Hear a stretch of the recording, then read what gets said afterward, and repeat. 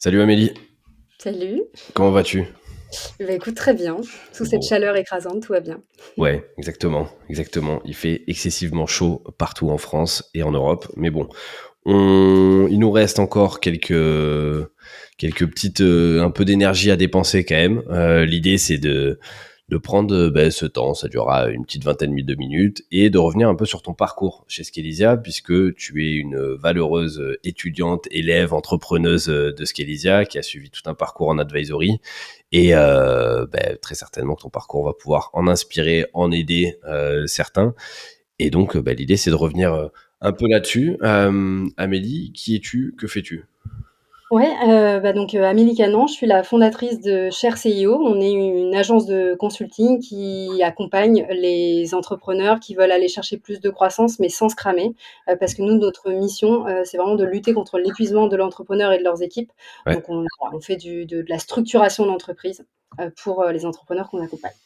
Ok. Tu as une typologie de taille, de boîte, d'échelle, tu vois, parce qu'il y a plein d'entrepreneurs. Ça peut aller de celui qui démarre, qui a toutes les opportunités de se cramer, comme Ouais. celui qui va avoir 80 employés, qui a également toutes les opportunités de se cramer.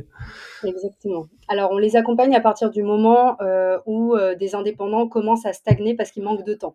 Mhm. C'est-à-dire qu'ils commencent à arriver à un palier de croissance, ils sont sous l'eau, ils sont surchargés et ils ont besoin, ouais, d'aller exploser leur plafond pour aller plus haut. Donc ça, c'est à partir de ça. Donc nous, on estime que c'est à peu près autour des 50 000, 70 000 € de chiffre d'affaires, parce qu'on accompagne des prestataires de services. Ok. Donc c'est souvent à partir de ce moment-là que ça commence à bloquer, et on accompagne aujourd'hui jusqu'à 500 000 € de chiffre d'affaires à l'année. Ça, c'est notre typologie de clients actuels. Et l'année prochaine, on lance la verticale TPE-PME. Ok. Donc, c'est vraiment d'aller couvrir tout le panel des personnes qui sont un petit peu isolées sur cette partie structuration d'entreprise. Ok, donc tu es dans l'accompagnement, dans le service, majoritairement avec des cibles décisionnaires. J'aime bien commencer par la fin pour après rentrer un peu sur les problématiques. Quels ont été tes résultats, toi, avec Skelesia? Ouais, l'année dernière, j'ai fait 300 000 € de chiffre d'affaires et là, par exemple, je les ai déjà fait en 6 mois. Bon, Donc ça, c'est déjà en termes de chiffre d'affaires, ça a été une grosse évolution. Après, il y a des évolutions en termes de structuration. Clairement, on a et puis en termes de nombre de prospects, par mois, on est à plus 25 de nombre de prospects, qualifiés par mois. merveilleux. Et pourquoi tu étais venu nous voir l'année dernière, au départ? Parce que tu faisais déjà 300 000, donc tu avais déjà une boîte, en tout cas, qui avait le mérite de faire du chiffre d'affaires, le mérite d'exister. Tu avais déjà fait l'effort d'aller chercher tes premiers clients et ainsi de suite, quelque chose qui tournait. Qu'est-ce qui fait que tu viens voir une boîte comme Skelesia? Je voulais pas stagner en termes de chiffre d'affaires. Je voulais, aller chercher, moi je vise de la croissance, mais structurée et maîtrisée, mais je vise quand même de la croissance, donc je voulais, repartir un petit peu là-dessus. Mhm. Et puis parce que je manque clairement de compétences sur la partie marketing et commercial qui était un peu la grosse difficulté, le gros frein aujourd'hui, c'était sur la phase de marketing commercial. On convertit très bien, mais il faut que le prospect vienne à nous et qu'on l'ait en rendez-vous. Mais avant la partie rendez-vous, c'était un peu, nébuleux. Donc Mhm. moi, j'avais vraiment besoin qu'on m'aide à construire un plan d'action solide que je n'étais pas capable de construire moi-même parce que je manque de compétences, je manquais de temps, puis j'avais envie de gagner du temps aussi sur ce plan d'action, et c'est pour ça que je vous ai rejoint. Ok. Et qu'est-ce qui fait que tu as choisi Skelesia? J'aime bien l'approche, très consulting, c'est-à-dire moi je suis très, aussi à apporter ça à mes clients et j'ai vraiment aimé ça chez vous. J'ai aimé votre, la transparence aussi, dans tout le contenu que vous pouvez proposer, sur YouTube, dans les podcasts et cetera et moi j'ai aimé le fait que vous décortiquiez, que vous alliez, vraiment dans ma boîte, et c'est pour ça que c'est pour ça que j'ai choisi vous plutôt que quelqu'un d'autre. Ok. Ce côté consulting, d'avoir Ok. une équipe d'experts qui va m'aider à vraiment soulever le capot de la boîte et à trouver les difficultés et à construire un plan d'action. Ok. Et est-ce qu'il y a des choses, une fois que tu es arrivé chez Skelesia, qui t'ont surprise en bien? C'est-à-dire que tu sais jamais où tu mets les pieds, ou en tout cas tu vois du marketing, tu vas voir du contenu, tu vas forcément être passé par un process commercial, donc on va t'expliquer, on va te pitcher des choses. Est-ce qu'il y a des choses qui t'ont surpris quand tu es arrivé dans l'expertise, l'expérience, ce que tu as vécu, des choses que tu imaginais pas et que tu as pu obtenir?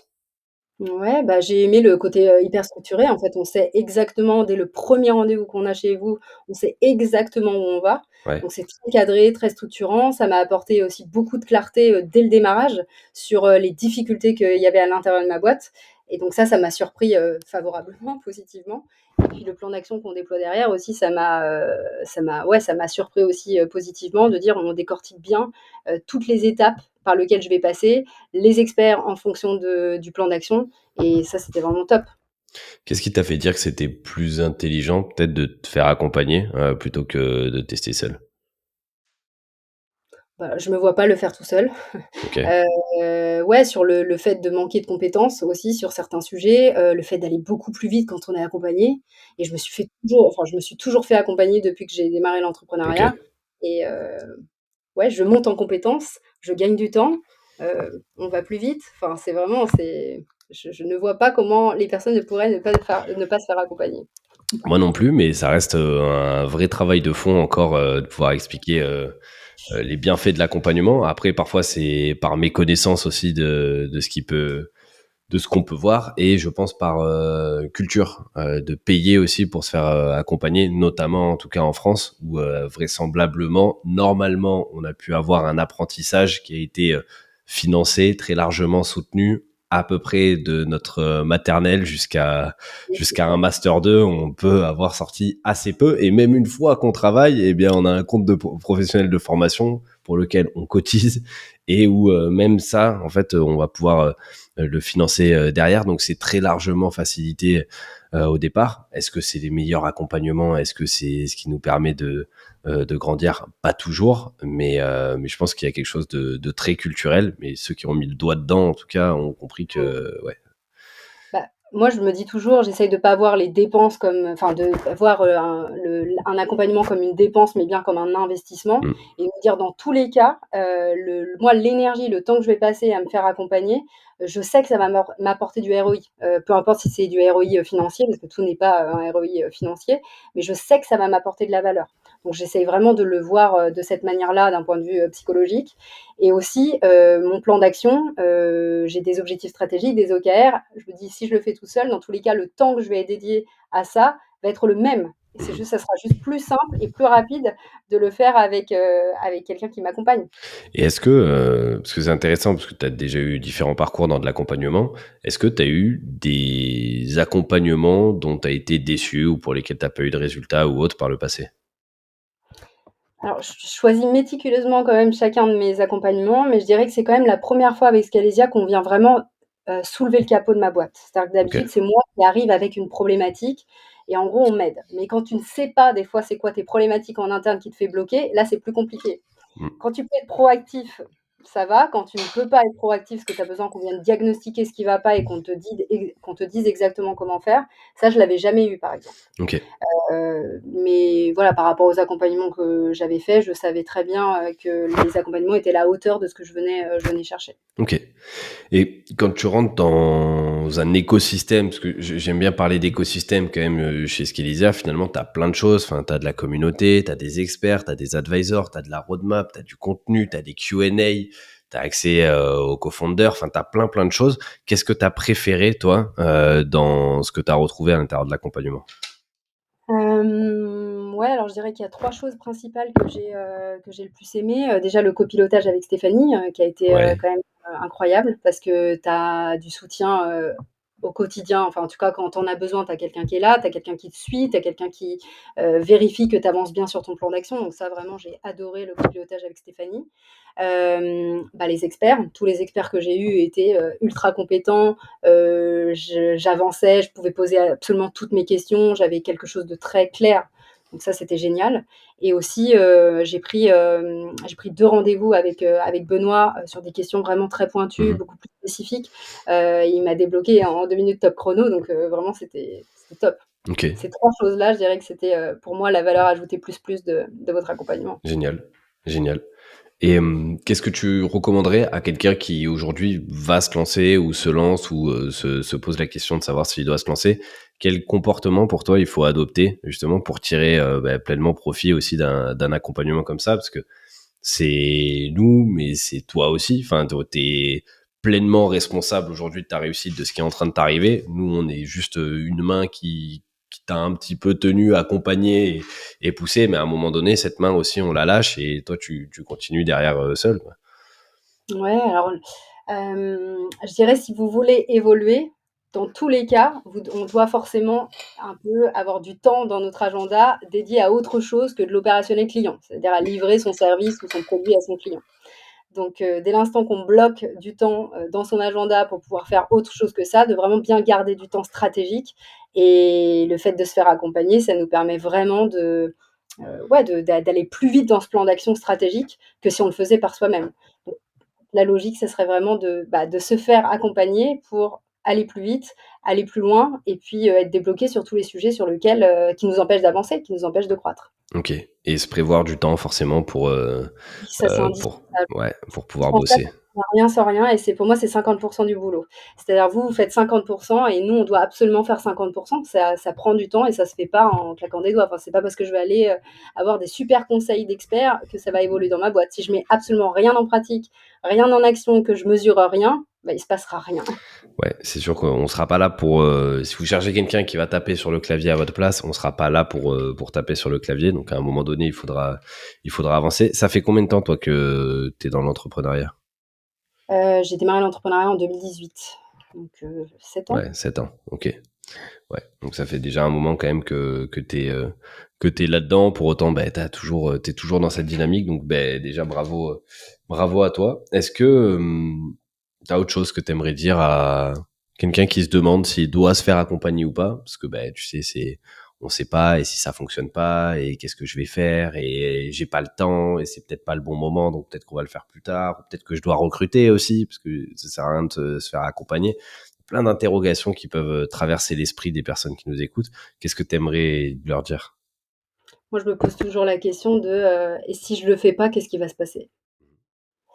C'est une des questions cruciales, que je me pose pour me dire, si je me sens capable de faire, les choses moi-même, dans ce cas-là, je n'investis pas. Mais si je me pose la question d'investir dans un accompagnement, c'est forcément que je suis bloquée quelque part. Donc je me pose la question, ça va être quoi les conséquences si, là, demain, je me fais pas accompagner? Ça aurait été quoi? Je me liste tout ça et après, est-ce que je suis OK avec ça ou est-ce que je suis pas OK avec ça? Et généralement, ça me permet de passer à l'action sur ce truc de: «Ouh là là», ça fait toujours peur aussi Mmh. d'investir sur des sommes, qui peuvent être importantes pour des entreprises comme les nôtres. C'est sûr que ça fait toujours peur. Moi, je refais aussi un point sur mes chiffres, de me dire quel est le nombre de clients que je dois venir chercher pour rentabiliser mon accompagnement. Est-ce que c'est trop éloigné de ma réalité ou est-ce que quand même ça me paraît accessible? Mmh.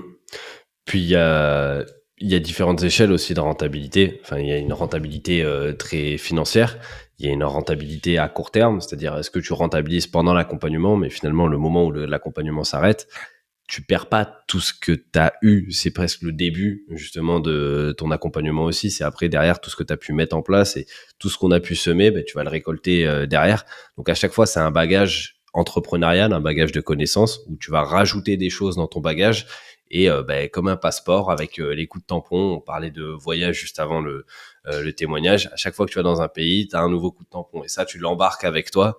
Et c'est de toute façon, tu vas devoir évoluer au fur et à mesure de ta carrière d'entrepreneur, entrepreneuse, et remplir ce bagage-là avec des nouvelles compétences, connaissances. Et donc, c'est l'idée. Donc, oui, il y a la rentabilisation d'un accompagnement pendant l'accompagnement, et derrière, ce que ça peut t'apporter aussi sur toute Complètement. ta carrière, quoi.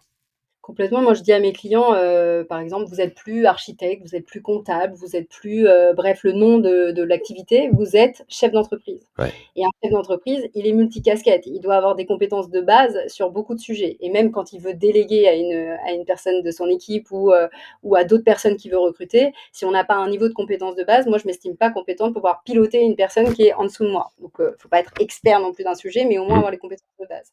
Le fait de se faire accompagner, ça permet aussi de monter en compétences sur des casquettes qu'on n'a pas forcément dès le démarrage. Ouais, clairement. 100% raccord avec ça. Écoute, je pense que on en a assez dit. Merci pour ton partage. Est-ce que il y a deux écoles sur les conclusions. Il y en a qui aiment ça. Je sais la complexité que ça peut être de d'amener une conclusion improvise. Est-ce que tu as un dernier mot à dire? Si c'est pas le cas, aucun problème. Non, moi, je conclurai juste en disant que vraiment j'ai adoré mon accompagnement et que, si, j'avais à refaire quelque chose, je referais exactement la même chose et qu'il y a des choses qui m'ont déjà apporté des résultats, d'autres choses qui vont m'apporter du résultat dans les prochains mois, et que je retiens ça, quoi. C'est vraiment si je pouvais poursuivre, je poursuivrais. Bon, eh ben merveilleux. Merci à toi. Merci. Salut Amélie. Salut.